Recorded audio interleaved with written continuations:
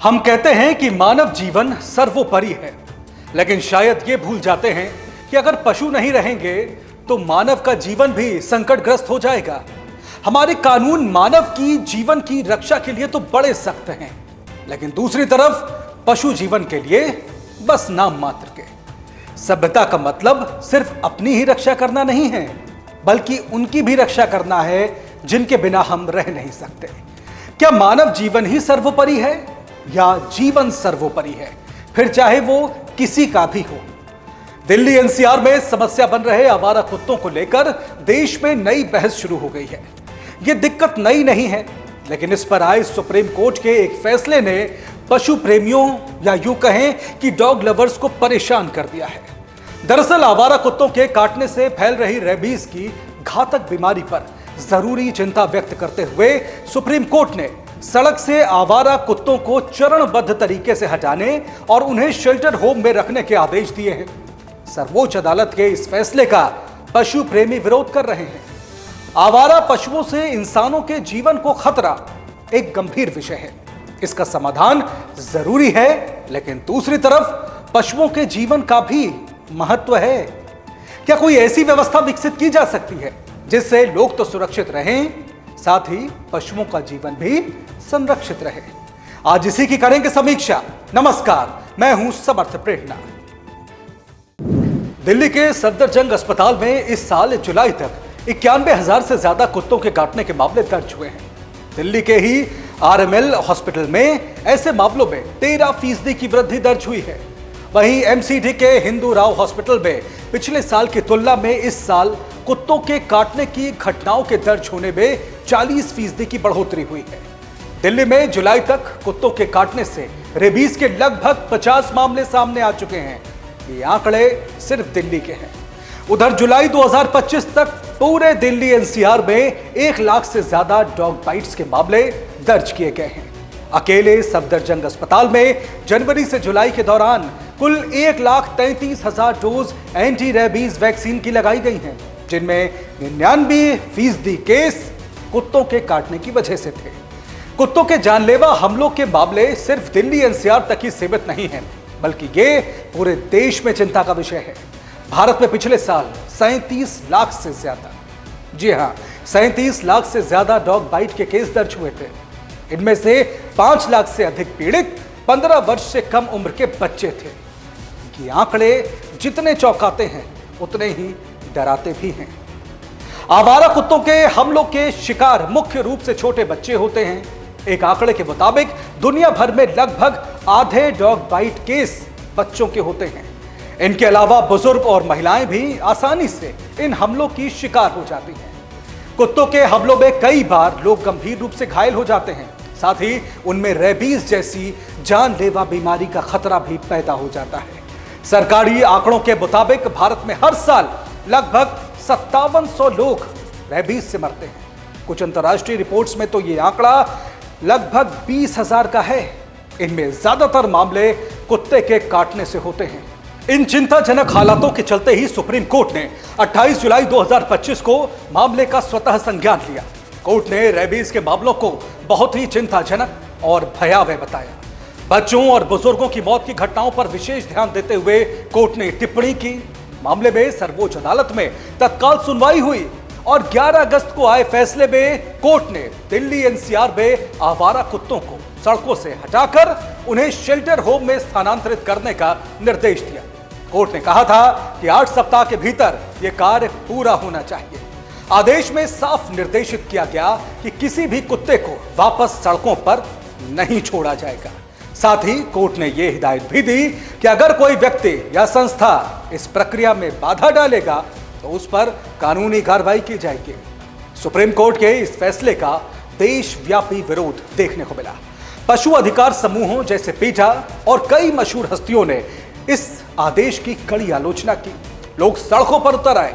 लोकसभा में नेता प्रतिपक्ष राहुल गांधी ने सर्वोच्च अदालत के फैसले को दशकों से चली आ रही मानवीय और साइंटिफिक पॉलिसी से पीछे ले जाने वाला कदम बताया।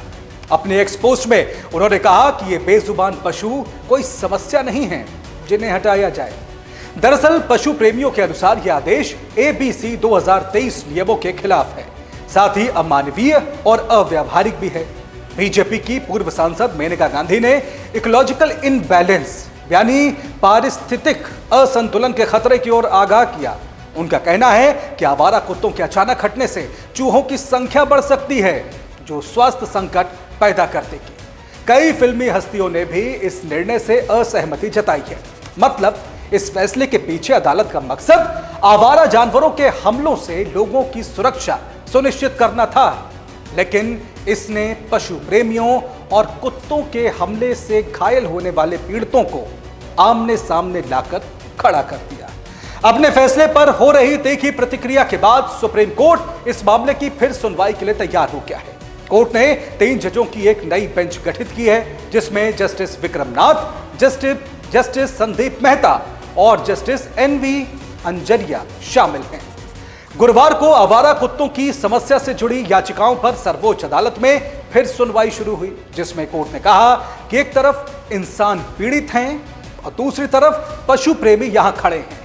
याचिकाकर्ताओं की तरफ से पेश हुए वरिष्ठ वकील कपिल सिब्बल ने कोर्ट के आदेश पर रोक लगाने की मांग की।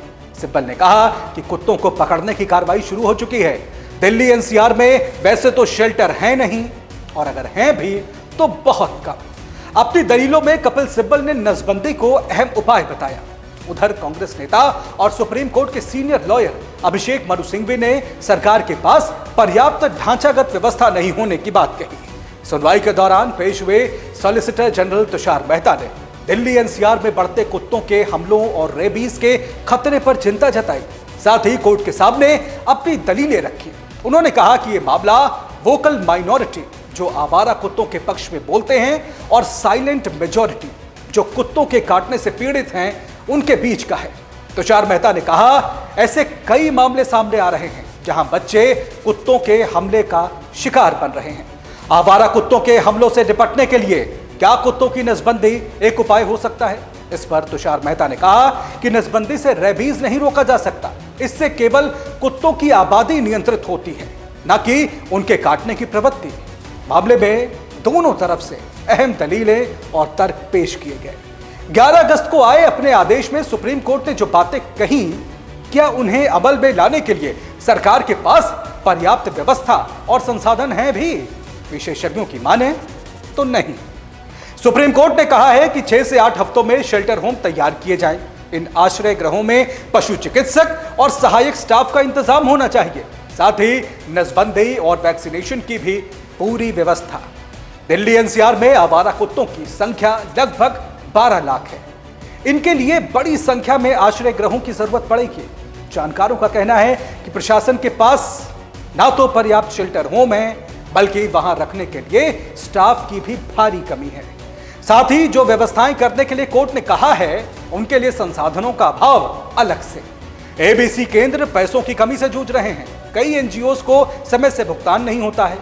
यहां तक कि प्रशासन के पास आवारा कुत्तों का कोई प्रमाणिक आंकड़ा भी उपलब्ध नहीं है। आखिरी एक्सटेंसिव सर्वेक्षण 2016 में हुआ था, तब से कोई नया सर्वे ही नहीं हुआ। शायद अब आप समझ पा रहे होंगे कि आवारा कुत्तों की समस्या इतनी भयावह क्यों बन रही है। पशु प्रेमियों का तर्क है कि सरकारी और प्रशासनिक लापरवाही, बद इंतजामी का दंश बेजुबान जानवर क्यों भुगते हैं। रेबीज एक बहुत ही खतरनाक बीमारी होती है।